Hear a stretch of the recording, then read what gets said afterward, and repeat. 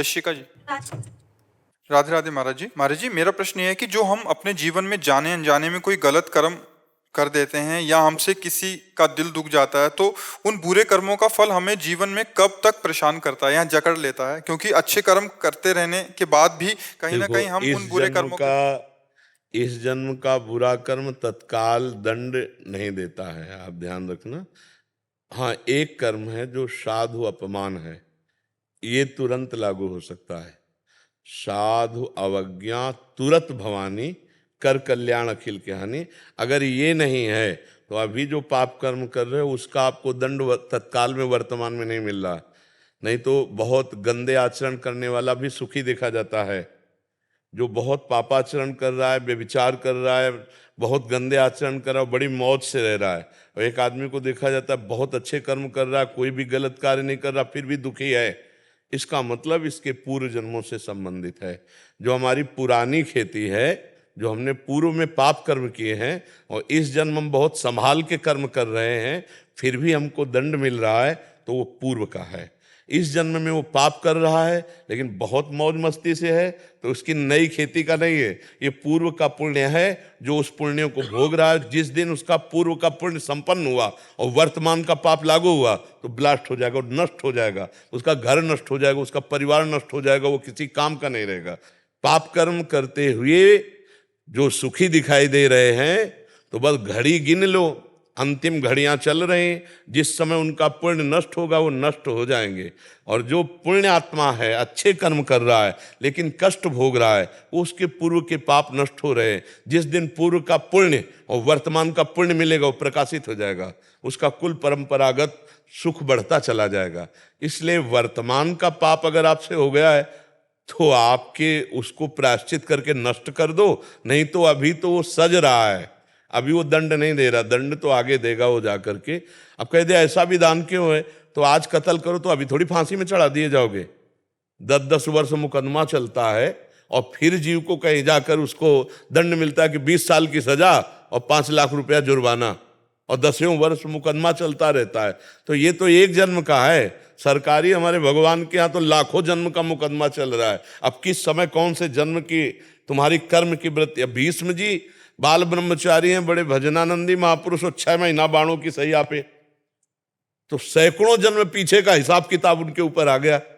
तो हमारा तो बहुत बड़ा हिसाब किताब चल रहा है, एक दो केस थोड़ी है। तो हमें चाहिए भगवान नाम जप के बल से हम अपने कर्मों के गोदाम को आग लगा दें और नए कर्मों को सुधार लें, और जो हमारा शरीर रचा गया है उस समय जो हमारे कर्म हैं उनको हम भोग लें, तो भगवत प्राप्ति हो जाएगी। हम जन्म जन्म के प्रपंच से छूट जाएंगे, नहीं तो अवश्य में भोक्तव्यम कृतम कर्म शुभाशुभम।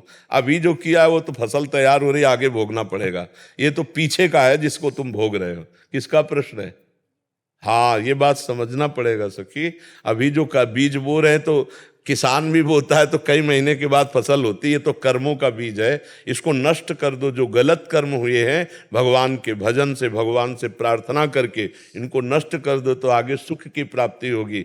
नहीं जैसे हम बोए बबूल और चाहे दाग छुहारा तो कहाँ से मिलेगा। अब बुरे आचरण का फल तो बुरा ही हमारे को भोगना पड़ेगा, ना चाहते हुए भी भोगना पड़ेगा। अपने तो साधारण जीव, बड़े बड़े अवतारी पुरुषों को भोगना पड़ता है। इसलिए नाम जप करो, भगवान से प्रार्थना करो, वो तुम्हारे पाप, अहम त्वाम सर्व पापेभ्यो मोक्षयिष्यामि मा शुचा, भगवान कह रहे मैं तुम्हें समस्त पापों से मुक्त कर दूंगा। भगवान की शरण में हो और जो दुख सुख आवे उसे भोगना सीखो। मिटा नहीं सकते इस शरीर के भोगों को, मिटा।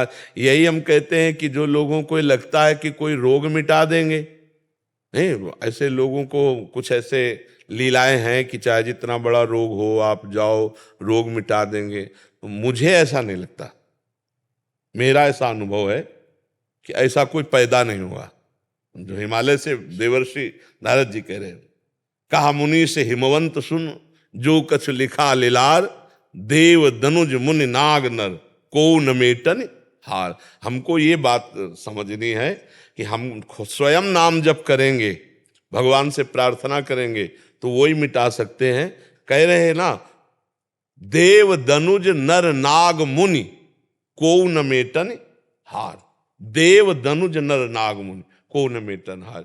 हम तो साफ बात कहते हैं कि जब हनुमान जी महाराज को जाना पड़ा संजीवनी बूटी लेने के लिए। सुषेण वैद्य को बुलाया, हनुमान जी को जबरदस्ती लंका में घर से उखाड़ के लाना पड़ा सुषेण वैद्य को। वैद्य को तो लाए, अच्छा राम जी से बढ़कर और कौन होगा, स्वयं राम जी हैं, तो कुछ कर देते, लेकिन उन्होंने जो नियम बनाए हैं उसका पालन करवाया। वैद्य को बुलवाया लंका से, और घर से ही तो उखाड़ के लाए। हनुमान जी ऐसे तो चलने के लिए तैयार नहीं थे, तो घड़े उखाड़ के ले आए। वैद्य ने जब बताया कि संजीवनी बूटी के द्वारा लक्ष्मण जी ठीक होंगे, तो वहां संजीवनी बूटी जैसी सब बूटियां प्रकाशित कर दी काल नेमि ने, तो हनुमान जी को पूरा उखाड़ के द्रोणागिरी लाना पड़ा। तो हम इन बातों से, इन चरित्रों से शिक्षा लेते हैं कि डॉक्टर, औषधि, उपचार ये भगवान का बनाया हुआ है। हमको इसके द्वारा रोग निवारण करना है और भगवान का नाम जप करना है, सच्चाई से चलना है, तो हमें किसी से आशीर्वाद मांगने की जरूरत नहीं, सबका आशीर्वाद हमें मिल जाएगा। अगर गंदे आचरण करो और आप सोचो कि कोई ऐसा, तो मुझे तो नहीं लगता, मुझे नहीं लगता, आज तक मुझे कहीं नहीं लगा। बहुत जगह ऐसा सुनाओ, ऐसा समझने पर हमारी समझ में नहीं। आप लोगों का किसी का ठीक हुआ है क्या? सच्चाई से बताना कि भाई अमुक आदमी का कैंसर ठीक हो गया या अमुक। हाँ, ऐसा हमने देखा है कि ईमानदारी से भजन करने पर, सच्चाई से चलने पर रोगों का प्रभाव कम होते देखा है। जैसे मानो 18 साल से किडनी खराब है और डायलिसिस अब कई वर्ष हो गए चलते हुए, पर हमारी दिनचर्या चल रहे हैं, ये हम भगवान की विशेष कृपा मानते हैं। पर हमको इतनी सामर्थ्य प्रभु दिए कि हम चर्चा कर रहे हैं, हम बात कर पा रहे हैं, पर हमें भगवान की कृपा देख रहे हैं कि रोग अपना प्रभाव दिखाते हुए भी वो नहीं प्रभाव दिखा रहा है। ये तो हो रहा है भजन से, उसका प्रभाव हमको परास्त नहीं कर पा रहा, लेकिन इसे मिटा दे ऐसा नहीं। इसको तो भोगना पड़ा। रामकृष्ण परमहंस जी सिद्ध महापुरुष, लेकिन उनको भी भोगना पड़ा ना, बड़े बड़ों को। तो हमें लगता है कि कर्म को भगवान के चरणों में समर्पित करके उनके नाम जप के द्वारा वही, और जिससे रचना शरीर की हो गई वो तो भोगना पड़ेगा, वो तो भोगना पड़ता है। इसलिए छूछाक चक्कर में न पड़ के भगवान का नाम जप करो। भगवान की प्रार्थना के द्वारा हम अपने कर्मों को पावन कर सकते हैं, हम कर्मों के जाल से मुक्त हो सकते हैं। भगवान बड़े कृपालु हैं। महाराज जी, जैसे अभी आपने बोला है कि आप किसी साधु संत का दिल नहीं दुखाना है, तो दिल दुखाने का मतलब होता है, हमारी बात समझो, हम दिल दुखाने का मतलब कोई साधु हमसे कहे ऐसा करो नहीं तुम्हारा दिल दुख जाएगा, धर्म विरुद्ध आचरण नहीं करना, वो साधु ही नहीं है जिसका दिल दुखी हो जाए। साधु का दिल भगवान का दिल है। महाराज जी, अभी हम बाहर चर्चा कर रहे थे, तो एक मुझे नहीं पता, तो एक महात्मा संत बैठकर, पता नहीं वो शायद मेरी बातें सुन रहे थे, लेकिन मेरी चर्चा किसी और के साथ में हो रही थी। तो मैंने बोला कि मैं महाराज जी को 2 साल से मतलब सुन रही हूँ, तो मैं बहुत प्रभावित हुई हूँ। आज हमारे पास में लोगों के पास जवाब देना, मतलब आज हमारे पास में जवाब है लोगों को देने के लिए।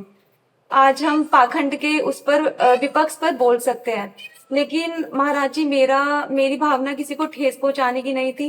पता नहीं उन संत जी को मेरी कौन सी बात बुरी लग गई, तो वो बहुत ज्यादा गुस्सा हो गए, वो क्रोधित हो गए कि आप सबको ऐसे नहीं बोल सकते, आप किस पाखंड की बात कर रहे हैं। मुझे नहीं पता उन्होंने मेरी बात को किस उससे लिया। अब मेरे मन में एक दुविधा ये हो रही है कि पता नहीं उनका मन दुखा है। नहीं नहीं, इसमें नहीं, आपको दुखी नहीं होना।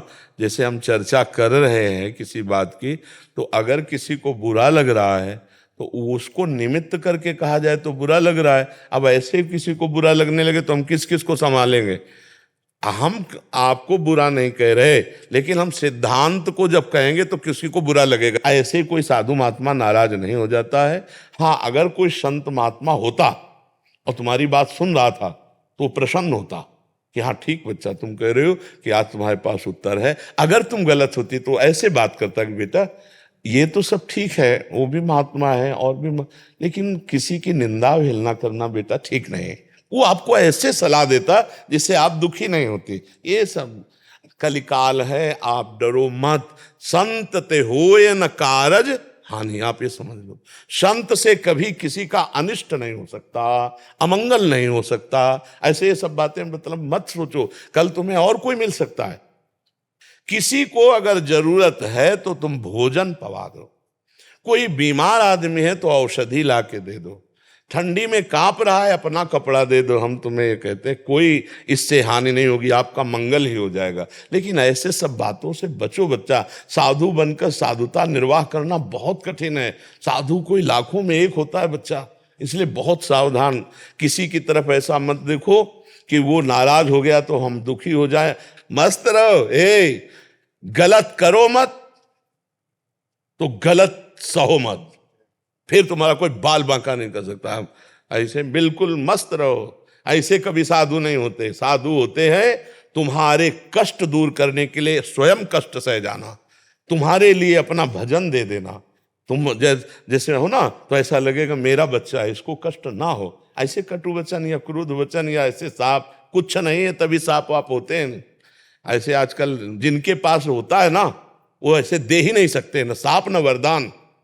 और जिनके पास नहीं होता ना, चट दे देते, क्योंकि है ही नहीं जबान में, दिन भर झूठे ही बोलते रहते। बहुत आराम से आनंद से चलो। भगवान का मार्ग कभी ऐसा नहीं रहा। मतलब पैसे से जो होता है वो भगवान का मार्ग नहीं होता, और जो भगवान का मार्ग है उसमें पैसा प्रधान नहीं होता, वो भाव प्रधान होता है। आप देखो ना, भगवान सबरी जी के यहाँ जा रहे हैं, सुदामा जी के तंदुल पा रहे हैं, भला पैसे वालों की बात है क्या?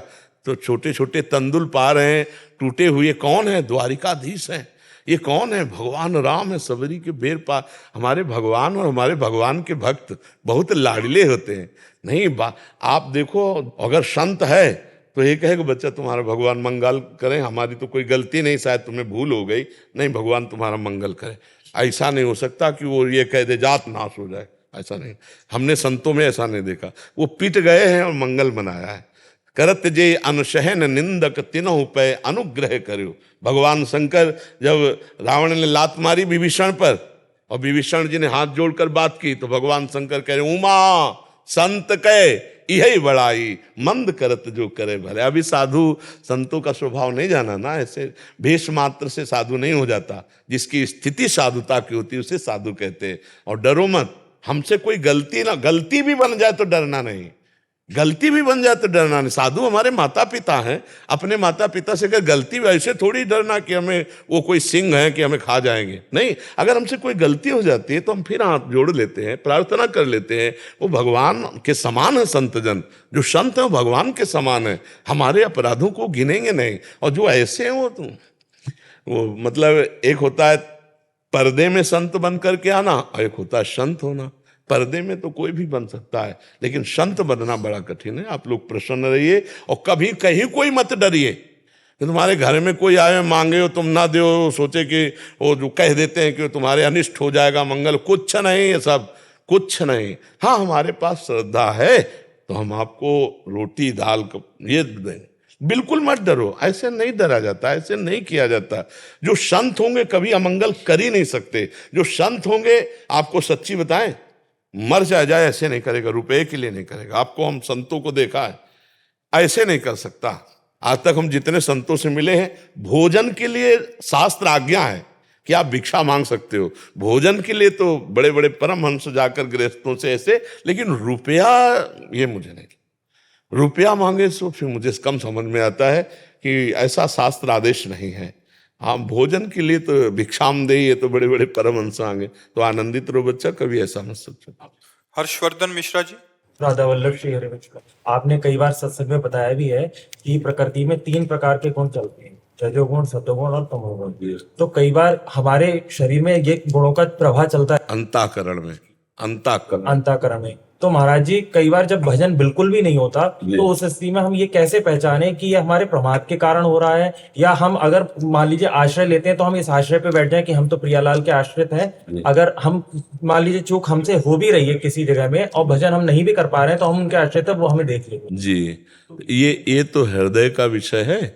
जब हमारे अंदर तमोगुण आता है तो हमारे अंदर प्रमाद स्थित। प्रमाद कहते हैं ना करने योग्य कार्य के करने में रुचि हो जाना और करने योग्य कार्य में अरुचि हो जाना।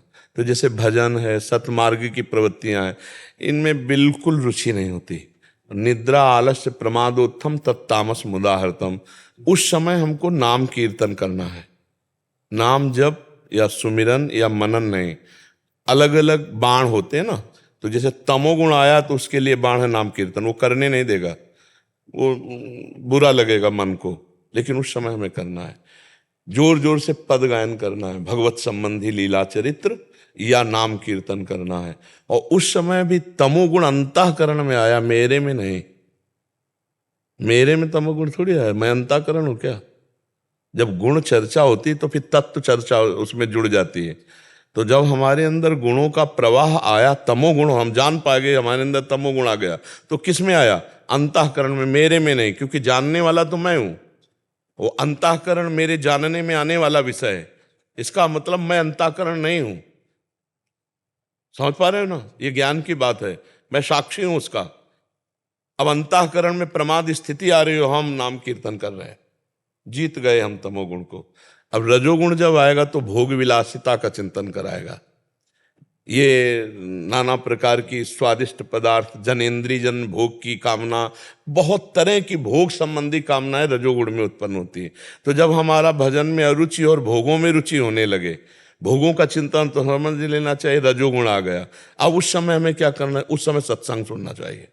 अलग अलग बाण है, उस समय सत्संग बहुत जल्दी आपको सुधार देगा, क्योंकि भोगों में अरुचि के लिए वैराग्य के कुछ सत्संग ऐसे रखने चाहिए तो तत्काल लगाए, वो दवा की तरह, और ध्यान से सुने, सोई विचार पवित्र होगा, रजोगुण घटकर सतोगुण बढ़ने लगेगा। और जब सतोगुण आता है तो प्रश्न की जरूरत नहीं पड़ती, जैसे रसगुल्ला पाने के लिए प्रेरणा नहीं देनी पड़ती, वो अपने आप पाने का मन होता है। ऐसे सतोगुण में भजन का स्वाभाविक मन होने लगता है, शास्त्र स्वाध्याय में रुचि होने लगती, संत समागम की रुचि होने लगती, बड़े बड़े पावन चरित्रों का स्मरण होने लगता। सत्वगुण बहुत सहायक है, लेकिन ये भगवत प्राप्ति नहीं कराता, ये भगवत प्राप्ति के मार्ग में लाता है। फिर भगवत प्राप्ति होती है तीनों गुणों के त्याग से, क्योंकि अगर सत्वगुण है तो फिर रजोगुण दबाकर सत्वगुण को चढ़ जाएगा।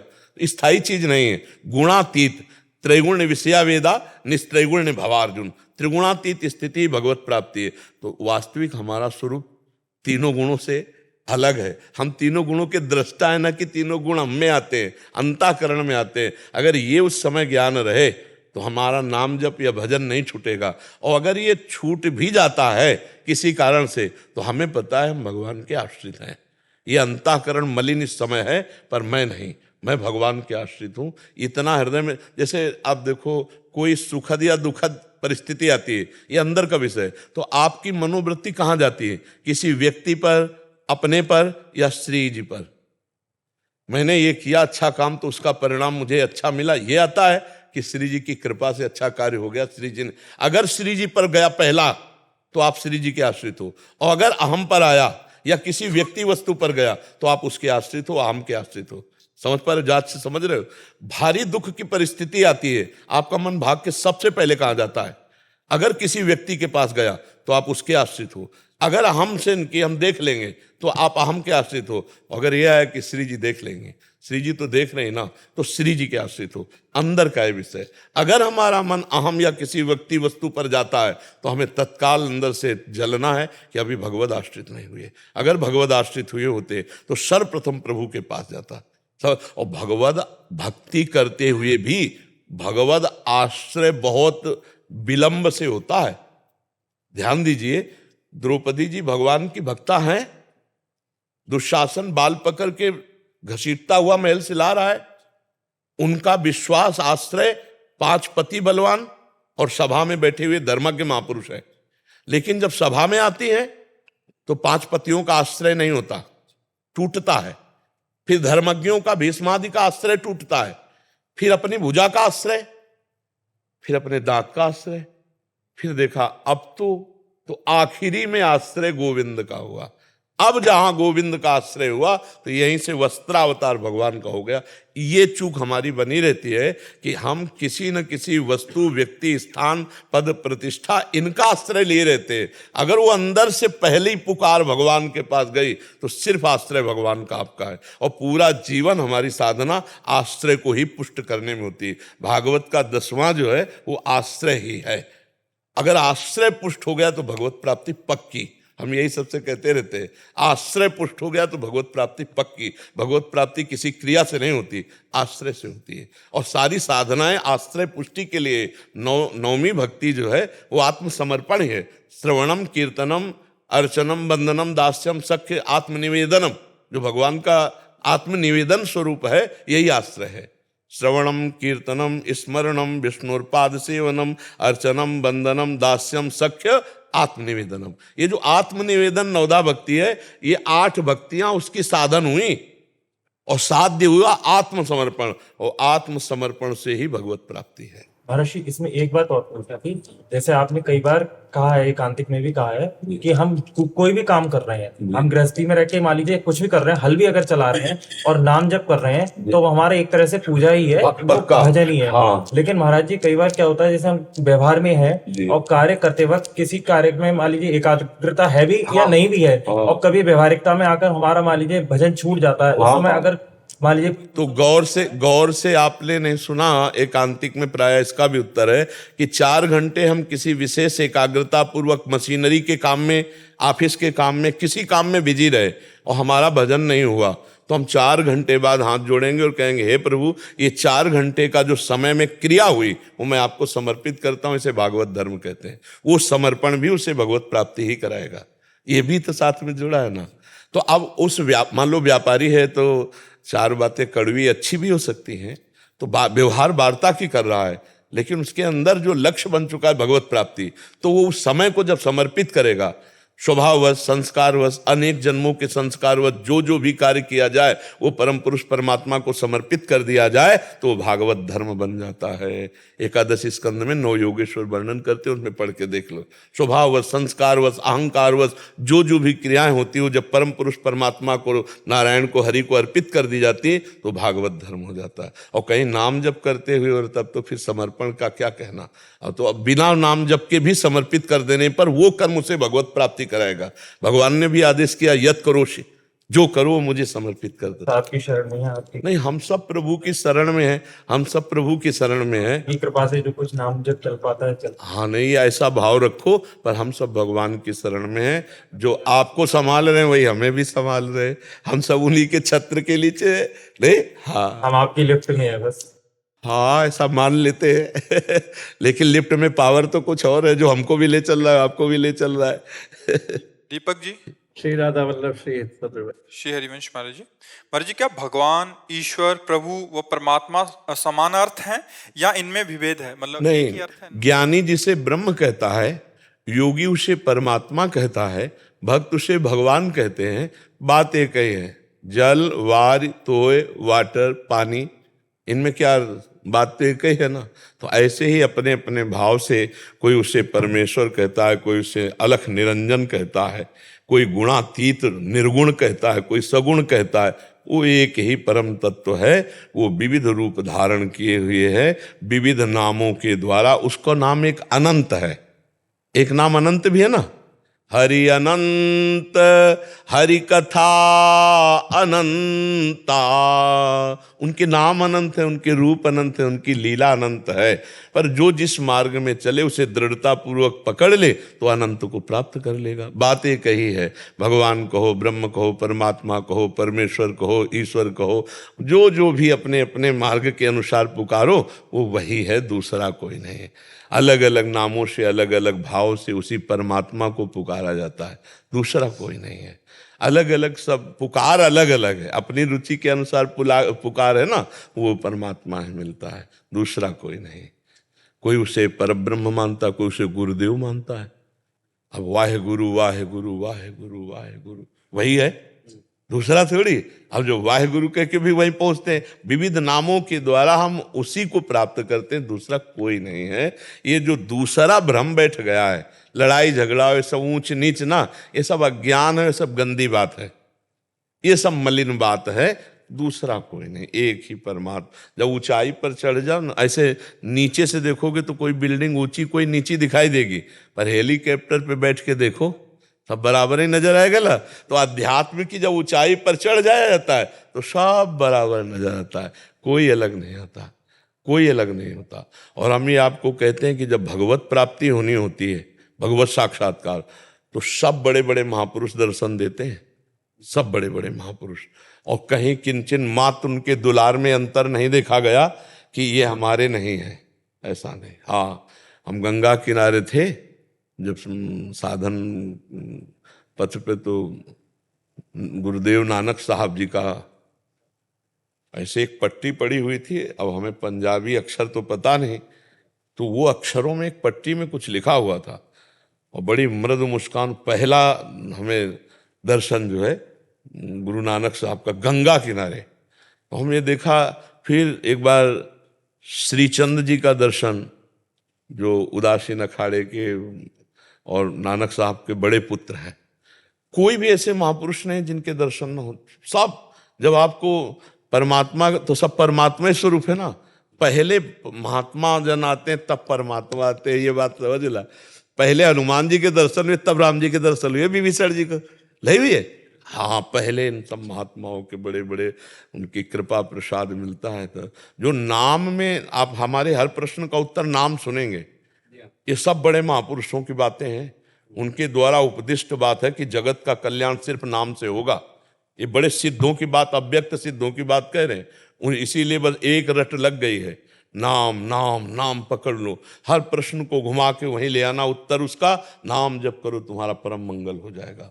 नाम के बिना कुछ नहीं है, नाम के बिना कुछ नहीं। ये यहाँ बड़े बड़े संतों की बात और शास्त्र की बात, युग धर्म की बात, सब मिलाकर के बात कह रहे। नाम के बिना जिसने नाम नहीं पकड़ा वो अधूरा मिलेगा, और जिसने नाम पकड़ लिया कुछ न करे वो पूरा मिलेगा। देख लेना, नाम सब कुछ है, नाम सब कुछ है। ये बड़े महापुरुषों की बात बता रहे, सिद्ध महापुरुषों की, जो अव्यक्त महापुरुष हैं। उनसे, उनकी बात से हम डंके की चोट पर कह रहे हैं, नाम से ही काम बनेगा। क्योंकि उन सब महापुरुषों के जब कृपा प्रसाद, तो ये नाम, और जिनके जीवन में नाम नहीं हो, सब है। जहाँ पोलाई होती है ना, वहीं कोई घुस पाता है, जहाँ ठोस होता है वहाँ कुछ नहीं घुस। नाम जापक ठोस होता है और सब पुलाई होती है। बस इतनी बात समझ लो। और खुल के बता दें, नाम एक अंक है और सब साधन शून्य है। अगर अंक हटा दो तो शून्य शून्य है, और अंक रख दो तो 10 गुना फल है, नहीं फल। तो इसलिए नाम सब कुछ है। नाम, नानक नाम जहाज है, चढ़े सो उतरे पार। हाँ, नाम का प्रसाद बड़े बड़े गुरुवाणी में हमने जो पढ़ा, हर महापुरुष नाम प्रसाद, हर महिमा नाम और साधु संग। क्योंकि साधु संग नाम में उत्साह बढ़ाता है, नाम में प्रीति बढ़ाता है, नाम जपने का उत्साह बढ़ता है। और नाम, हमारी वाणी जी में लिखा है, साधन को हरि भजन है, कै सत्संग सहाय। भगवत प्राप्ति का, मन को परमात्मा प्राप्ति कराने का उपाय नाम जप है, और उसकी सहायता साधु संग से होगी। 2 बातें हमने बहुत जोर की पाई है सब शास्त्रों में, साधु सेवा, साधु संग और नाम जप, सब कुछ हो जाएगा, इसी से हो जाएगा। हर नाम परमात्मा के ही हैं, प्रभु के ही हैं, उनमें कोई भेद नहीं। सीमा जी, राधे राधे महाराज जी। महाराज जी, मेरा प्रश्न है कि आजकल ये कह रहे हैं कि बहुत सारा भय उत्पन्न हो जाता है कभी कभी धर्म में, जैसे कि ये करोगे तो ये हो जाएगा, वो करोगे तो ये हो जाएगा। क्या हो जाएगा बोलो ना। जैसे धर्म में ये करोगे तो हो जाएगा नहीं, पाप करोगे तो भय आएगा। धर्म में निर्भयता आती है, पाप से भय आता है। कौन कहता है कि धर्म में ये करोगे तो भय हो जाएगा? क्या है, हमें बोलो। मेरा प्रश्न ये था कि धर्म के नाम पर भय और आडंबर है, कहाँ है, किसके पास है? नहीं जैसे ज्यादातर जब हम कुछ पूजा, तो क्यों जाओ वहां? नहीं, हम ये कह रहे हैं कि तुम पाखंड के पास क्यों जाओ? शराब की दुकान के पास जाओगे तो शराबे की गंध आएगी, तो जो जानती हो पाखंड, वहां मत जाओ। और धर्म का भय, आप हमें बताओ कहां भय है? धर्म में भय, धर्म तो निर्भय पद प्रदान करता है। कैसी बात करती है सखी? धर्म में भय कहाँ है? आप बोलिए हमें कि ये धर्म है और इसमें भय है, आप बोलिए ना। आपसे मैं पूछ रहे हैं, बोलिए। नहीं, मेरा प्रश्न यही था कि धर्म तो निर्भय और स्वतंत्र होना चाहिए, सिर्फ भाव और भावना पर केंद्रित। धर्म निर्भय ही है और धर्म स्वतंत्र नहीं, परतंत्र है, शास्त्र सम्मत। धर्म को ऐसे जाना जाएगा, स्वतंत्र नहीं है। स्वतंत्र शब्द में तो धर्म की व्याख्या गलत हो जाएगी। तस्मात् शास्त्रम प्रमाणम ते कार्याकार्यो व्यवस्थित हो। जैसे आप एक स्त्री हैं तो आप किसी की माँ भी हो, किसी की बहन भी हो, किसी की पत्नी भी हो, तो आपका अलग अलग धर्म है। आपके धर्म का क्या निर्णय है ये शास्त्र बताता है, और आप जानती हैं अपने धर्म का जब आप पालन करेंगी तो आप निर्भय होंगी और आपका हृदय आनंदित रहेगा। लेकिन आप परतंत्र हैं, आप किसी की पत्नी है तो एक पत्नी धर्म आपको अपने अंडर में रखे है। आप किसी की माँ है तो वात्सल्य मात्र धर्म आपको अपनी सीमा में रखे। आप किसी की बहन है तो आपका एक बहन भाई का संबंध एक वो सीमा में है, उसके विरुद्ध नहीं कर सकती, स्वतंत्र नहीं है। धर्म की परतंत्रता जीव को मुक्त कर देती है, निर्भय कर देती है, निश्चिंत कर देती है, धर्म की परतंत्रता। और जब हम धर्म के आड़ में मनमानी आचरण करते हैं तो भी भय आ जाएगा, क्योंकि वो पापाचरण है। कोई हमको दुख नहीं दे सकता यदि हम सही हैं, और हम गलत हैं तो फिर ये लगता है सब गलत है।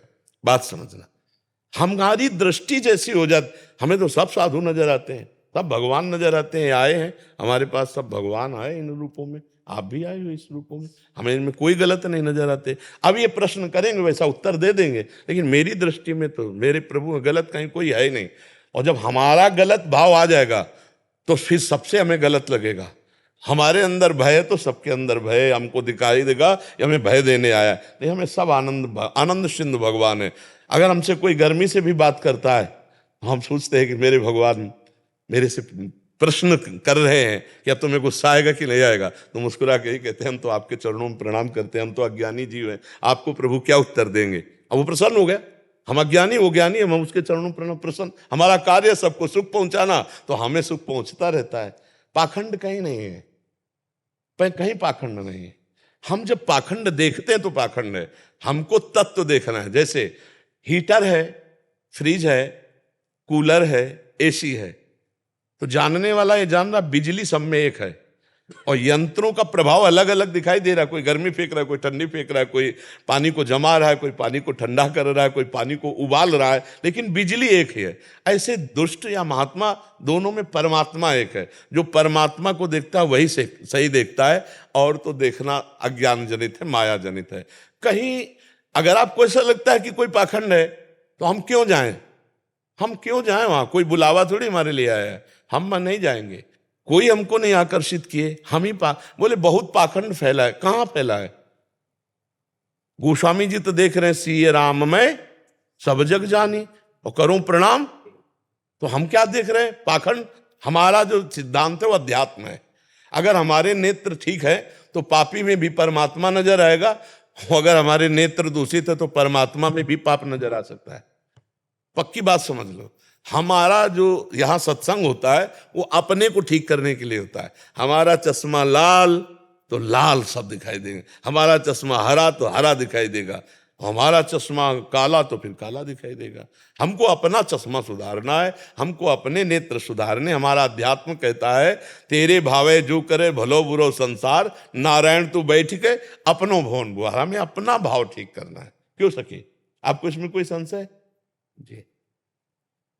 कर्नल के सिंह जी, कानपुर। हरिवंश, राधे राधे। राधा वल्लभ श्री हरिवंश महाराज जी। महाराज जी, मैं अभी सेना में कार्यरत हूँ। इस पूरे कार्यकाल में मैंने देश की सेवा में अपनी तरफ से जितना भी निष्ठा पूर्वक सेवा की है। सेवानिवृत्ति होने के बाद भी मैं सामाजिक सेवा में रहना चाहता हूँ। महाराज जी, मेरा मार्गदर्शन करें कि मैं किस तरह वैसे बहुत बढ़िया सेवा कर सकते हो। यदि ग्रामीण बालकों को आप हमारे भारत के सैनिक बनाने की शिक्षा दें तो बहुत अच्छा है। 10-5 गांव के नौजवानों को अपनी तरफ से, उनको हमारे, आपको सब पता है कि हमारे देश का सैनिक कैसा होता है, उसकी कितना व्यायाम, कितना ऊंचाई, लंबाई, चौड़ाई, क्या क्या उसको चाहिए। तो अगर आप तैयार करके 100-200 भी लड़के भेज दोगे तो बहुत बड़ी सेवा हो जाएगी। मेरा भी यही सोचना था, इसलिए मैंने आपसे। हाँ, ये सबसे बड़ी पूजा होगी। आप अगरबत्ती वाली पूजा करो ना करो, आप नाम जप करते हैं हमारे भारत के ग्रामीण नौजवानों को ऐसी शिक्षा दीजिए जिससे हमारे राष्ट्र की सेवा में प्राण बलिदान करने के लिए। वो एक नौजवान भारत सैनिक जो कई गोलियां खा करके भी, योगेंद्र, हाँ, तो उनको भी हमने ये प्रार्थना की थी कि आप हम स्कूलों में जाइए, विद्यार्थियों को हमारे जोशीले भाषण, बहुत बड़ा प्रभाव पड़ता है, ऐसे दीजिए जिससे वो हमारे भारत के लिए उत्साहित हों। अभी जो नशा में जा रहे हैं, व्यभिचार में जा रहे हैं, उनको बचाइए और उनको हमारे देश के लिए तैयार कीजिए। जहाँ आपने जीवन व्यतीत किया, आपको बड़े अनुभव हैं अपने राष्ट्र सेवा के, तो उनको राष्ट्र सेवा योग्य तैयार कीजिए। हमारी यही प्रार्थना रहेगी। आप रिटायर होकर यही सेवा कीजिए जी। हरिशंकर शर्मा जी, मथुरा से। राधे राधे। श्री हरिवंश महाराज जी, सादर प्रणाम। महाराज जी, मैं जीवन के उद्देश्यों के बारे में जानना चाहता हूँ तथा सच्चे संतों की पहचान क्या है, उन्हें कैसा जाना तथा समझा जाए। जीवन का उद्देश्य भगवत प्राप्ति, जहां आप प्रश्न कर रहे हो, यह अध्यात्म है। पहले जीवन का उद्देश्य क्या है? भगवत प्राप्ति। अब भगवत प्राप्ति कैसे होती है? भगवन नाम जप, भगवत लीला कथा श्रवण और जितने कर्तव्य कर्म सांसारिक हैं उन सबको भागवतिक बनाकर भगवान के चरणों में समर्पित कर दो। तदर्पिता अखिलाचारिता तद्विस्मरणेन परम व्याकुलतेति। भगवान को समस्त आचरण कर्म समर्पित कर दे और भगवत स्मरण में इतनी तन्मयता रखे कि थोड़ी देर के लिए भी विस्मरण हो जाने पर वो व्याकुल हो उठे, तो उसे भगवत प्राप्ति हो जाती है। जीवन का लक्ष्य भगवत दुर्लभो मानुषो देहो देही नाम क्षण भंगुरा तत्रापि दुर्लभम मन्येत वैकुंठ प्रिय दर्शनम। भगवान के प्यारे जन भक्त जनों का संग भगवान की प्राप्ति का उद्देश्य हृदय में प्रकाशित करता है।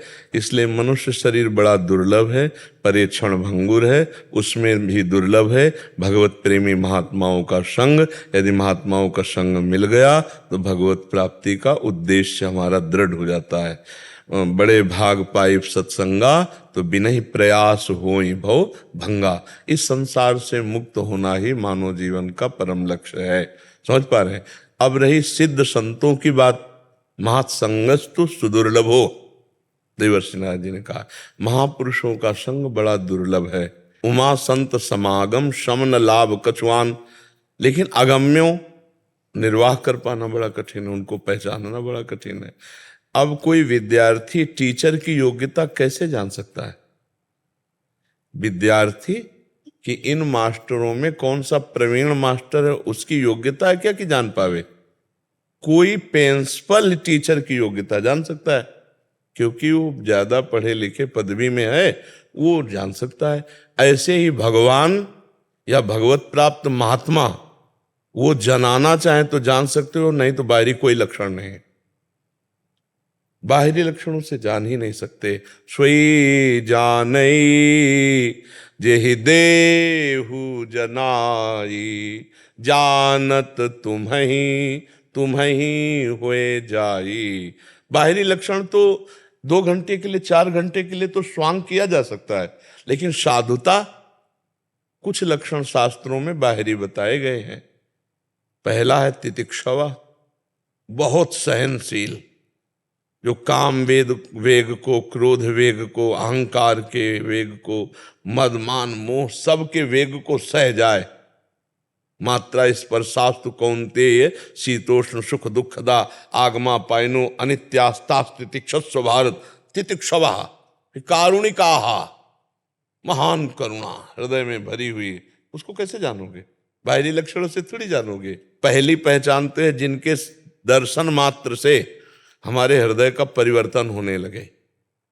संत दरस जिम पातक टरें, पहला। और दूसरा कहीं संभाषण हो जाए तो जीवन का परिवर्तन हो जाए। जिनके देखने से ऐसा लगता है मैंने देखा तो पहली बार है, लेकिन ऐसा लगता है बहुत बार देख चुका हूं, ये अपने हैं। और जिनके समीप बैठने से दर्पण की तरह अपने दोस्त दिखाई देने लगे और मन में संकल्प बनने लगा आज से पाप नहीं करूंगा, आज से बिना उपदेश के अंदर आने लगेगा आज से गलती नहीं करूंगा। संत समागम सीधे दुर्गुणों का त्याग कराकर भगवत प्राप्ति के लिए।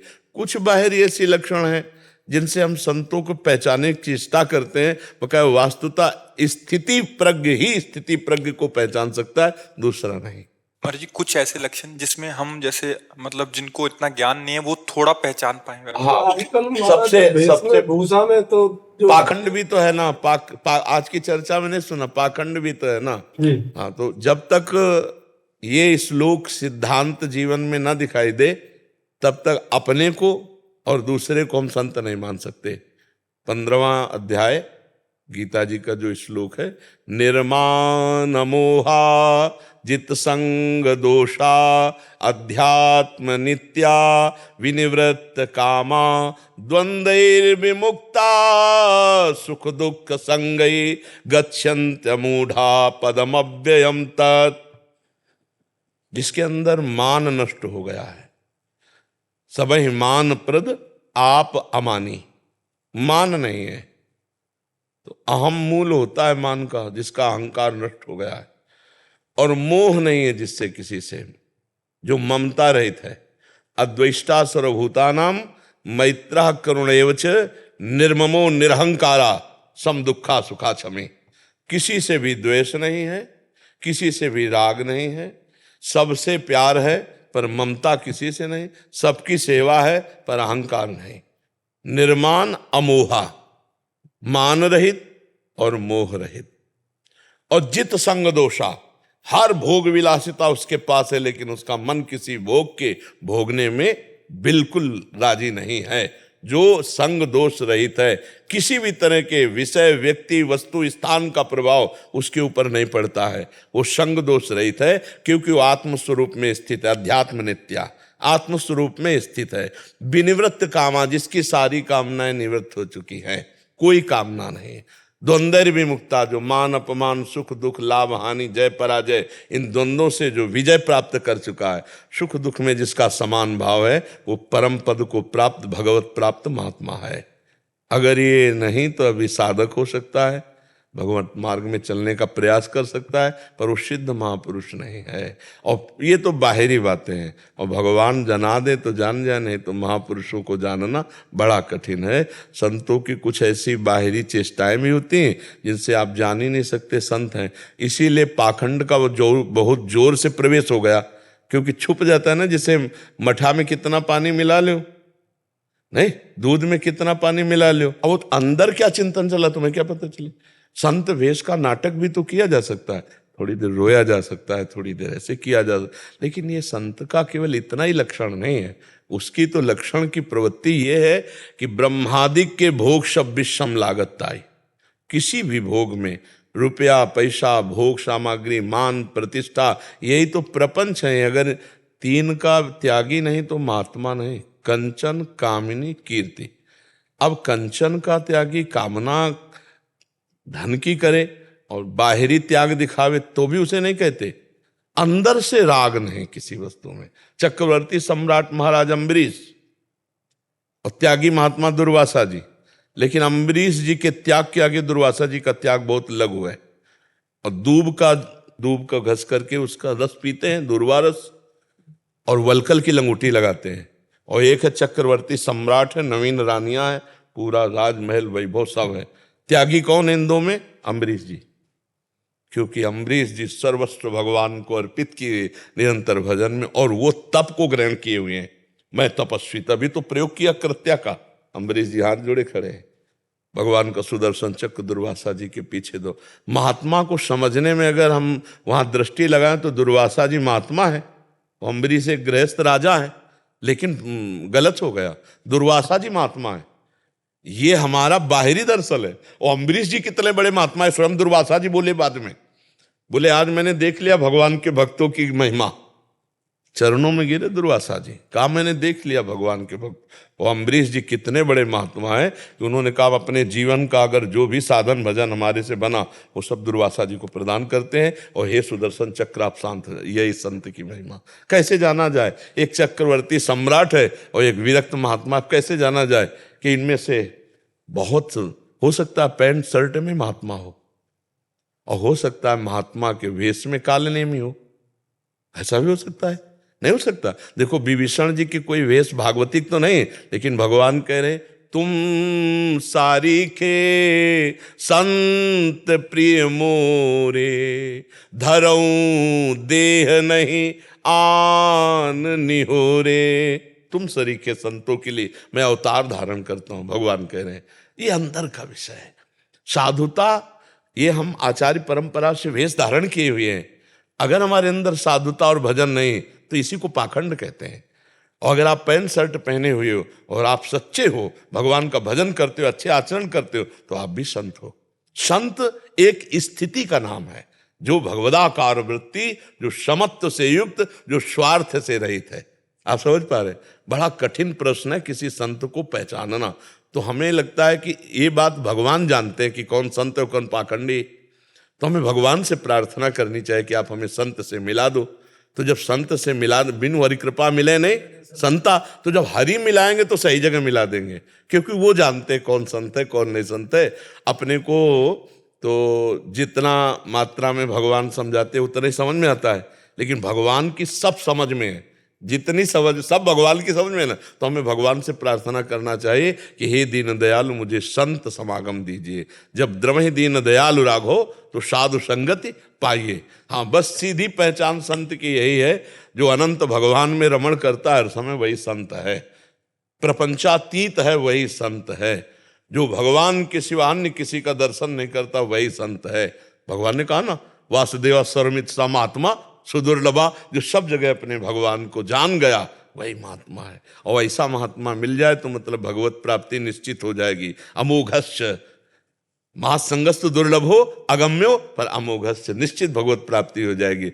और फिर दूसरी बात, अब बिल्कुल गिर के बात कर रहे हैं, जब हम मिठाई लेने जाते हैं तो हम मिठाई वाले की क्वालिटी नहीं देखते, हम मिठाई की क्वालिटी देखते हैं। मिठाई लिया ये नहीं देखते इसने खाया है कि नहीं खाया, ये नहीं देखते कौन है कौन नहीं है, मिठाई लिया और अपना खाया। ऐसे ही हम संत समागम में जाएं तो जो हमको अच्छी बात मिले वो हम धारण कर लें तो हमारा हृदय ठीक हो जाएगा। अगर हम चेकिंग में लगे तो हमारा हृदय गलत हो जाएगा, लगेगा पता नहीं साधु है कि पाखंडी है, ये क्या है क्या है, तो हम ले नहीं पाएंगे और हमारा कल्याण नहीं हो पाएगा। तो जहां हमें गुरु वचन सुनाई दे, संत वचन सुनाई दे, गुरु वाणी सुनाई दे, शास्त्र सुनाई दे, हमें वो शब्द पकड़ लेना है और अपने परमार्थ को पुष्ट करना है। तो संत मिले न मिले आप संत बन जाओगे, और आप संत बन जाओगे तो आपकी दृष्टि में कोई असंत दिखाई नहीं देगा, तब संत का दर्शन होगा। स्वयं संत बना हुआ ही संत दर्शन कर सकता है, और अगर स्वयं में संत नहीं तो फिर संत दर्शन नहीं हो सकता। उसको नाटक दिखाई देगा, उसको पाखंड दिखाई देगा, उसको दोष दिखाई देगा। समझ पा रहे आप? चश्मा हमारा जैसा होता है वैसे ही दर्शन होता है। तो हमें चाहिए, हमें संतों की बात सुन लें, शास्त्रों की बात सुन लें और उसे अपने जीवन में उतारें। वो उतारा है कि नहीं वो तो वो जाने, हमें अपना सुधार करना है तो हमें संतों की बात माननी है। क्यों भाई जी? कमल कुमार गुप्ता जी। राधे राधे, जय गुरुदेव भगवान। राधे राधे महाराज जी। महाराज जी, गृहस्थ जीवन में रहते हुए सर्वोच्चम दान कौन सा माना गया है? दान दान पूछ रहे हो? अपने श्वासों को भगवान के नाम में अर्पित कर देना, इससे बढ़कर कोई दान नहीं। एक राजा निरिग हुए हैं, निरिग भागवत में कथा है, वो रोज लाखों गौएं दान करते थे, स्वर्ण से उनके खुर मढ़ा के और स्वर्ण की चादर, सींगों पे स्वर्ण मढ़ा के, स्वर्ण की झालरें मोतियों की ऐसे बना के, मोती माला है जैसे, और ऐसे चादर डाल के लाखों गाय दान करते थे। ब्राह्मणों को घर जो चाहिए, मतलब उनको ब्याह कराना तो ब्याह, बड़ा वैभव, सब दान करते, सब दान, लेकिन श्वासों से भगवान का नाम जप नहीं करते थे। तो जरा सा अपराध बना तो अगला जन्म उनका गिरगिट का हुआ, सुन लेना। इतना बड़ा दानी और गति बिगड़ गई, गिरगिट बन गए जान के। बहुत बड़ी बड़ी यज्ञ और बहुत बड़ा दान करने वाला महाराजा नहुष देवराज इंद्र की पदवी पे बैठा, और वहाँ गलत आचरणों के प्रति भावना आने पर अगला उसका जो पतन हुआ वो अजगर के रूप में हुआ, अजगर योनि को प्राप्त हुआ। तो बड़े बड़े दान, कन्या दान, स्वर्ण दान, रुपया दान, गौ दान, सब दान करने वाला यदि श्वास से भगवान का नाम जप नहीं करता तो कहीं ना कहीं वो फिर माया उसको घसीट लेती है। और कुछ नहीं हो रहा है, नाम जप कर रहे हैं, हमारे पास 4 रोटी और देखा कोई भूखा है तो हम उसको दे देते हैं, आज नहीं खाएंगे। ये बहुत बड़ा दान हो गया। हमको बेईमानी करके रुपया कमा के दान करने की जरूरत नहीं। ईमान से चल रहे, हमारे पास आज 4 रोटी है और कोई भूखा हम देख लिया, उसको अपनी भोजन की दे दी, ये बहुत बड़ा दान हो गया। हर श्वास से नाम जप करते हैं, किसी जीव को अपनी तरफ से हम कष्ट नहीं देते। अभय दान, ये अभय दान है, हमारी तरफ से किसी को कष्ट नहीं। और अपने कर्तव्य का पालन, निष्ठा के लिए प्राण दान, जो आपने पूछा सर्वश्रेष्ठ दान। जैसे आप राष्ट्र सेवा में हो, समाज सेवा में हो, उसके लिए हम प्राण दान करते हैं। जरूरत पड़ने पर गोली खाएंगे, अपनी धर्मनिष्ठा, अपने कर्तव्य का पालन, अपने श्वासों को भगवान में समर्पित, और जरूरत पड़ने पर हम भूखे रह जाएंगे, दूसरे को भोजन दे देंगे, ये सर्वश्रेष्ठ दान के अंतर्गत आता है। धर्म पूर्वक अगर 10 रुपया तुम्हारे पास ज्यादा है और 10 रुपया किसी की सेवा में लगा दिया, वो बहुत बड़ा दान हो गया। अधर्म के द्वारा किया हुआ लाखों अरबों रुपया भी कुछ नहीं तुम्हारा मंगल करेगा, और धर्म के द्वारा 1 रुपया कमाया है और वो भी किसी की सेवा में लगा दिया तो बहुत बड़ा दान माना जाएगा। जानते हो? तो धर्म पूर्वक चलो और दूसरों को सुख पहुंचाने का भाव रखो, अपने कर्तव्य का पालन, हर श्वास से नाम जप, ये सबसे बड़ा काम है। श्वास रूपी सबसे कीमती चीज यहाँ क्या है समझा नहीं जाता, श्वास है।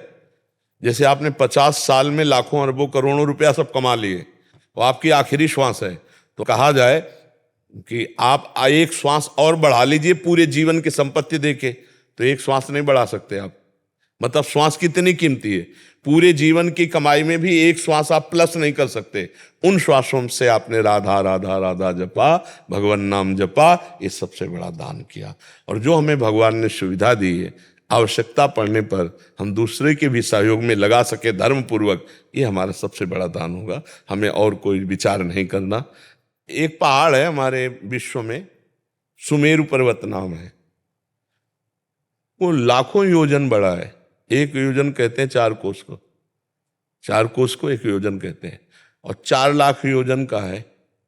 4 लाख योजन सोचो कितना बड़ा हो, सोने का पहाड़। ऐसे तो पहाड़ हैं भगवान की इस माया में, तो हम उनको किलो 2 किलो सोना दे के ले लेंगे क्या? नहीं, हम दैन्य होकर नाम जप करते हुए उनको पुकारेंगे तो हमारा कल्याण होगा। सबसे बड़ा दान श्वासों का दान। और फिर परिस्थिति के अनुसार, अब जैसे कोई प्यासा है, अब उसे रबड़ी का दान करो थोड़ी, उसे पानी पिला दो। कोई बीमार तड़प रहा है, उसकी औषधि करा दो। आवश्यकता अनुसार जो है वो सबसे बड़ा दान माना जाए, उस समय वो सबसे बड़ा दान है। कोई एक्सीडेंट हो गया, रास्ते में पड़ा तड़प रहा है, लोग देखते हुए शीशा खोलेंगे, वीडियो बनाएंगे और चले जाएंगे, ये अपराध है। उस समय तुमने देखा वो जीव तड़प रहा है, अगर तुम्हारे अंदर थोड़ी भी दया है तो आप दुनिया की बातें मत सोचो कि पुलिस क्या कहेगी, समस्या में फंस जाएंगे। भगवान देख रहा है वो, तुम उसकी उस समस्या में पहले सहयोग करो, उसको उचित स्थान पहुंचा दो। भगवान तो देख रहे हैं ना सब बातें। तो अवस्था और आवश्यकता उसके अनुसार जो किया जाता है बहुत बड़ा दान उस समय होता है। अपने श्वासों का दान करो, अपने कर्तव्य का पालन करो, ये सबसे बड़ा दान। अलग से कोई सोच विचार करने की जरूरत नहीं जी। राधा राधा राधा राधा राधा राधा राधा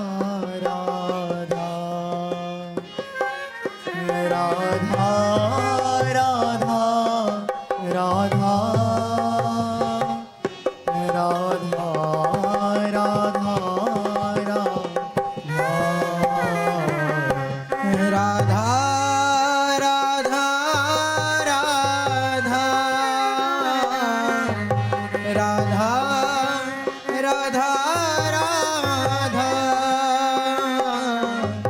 राधा राधा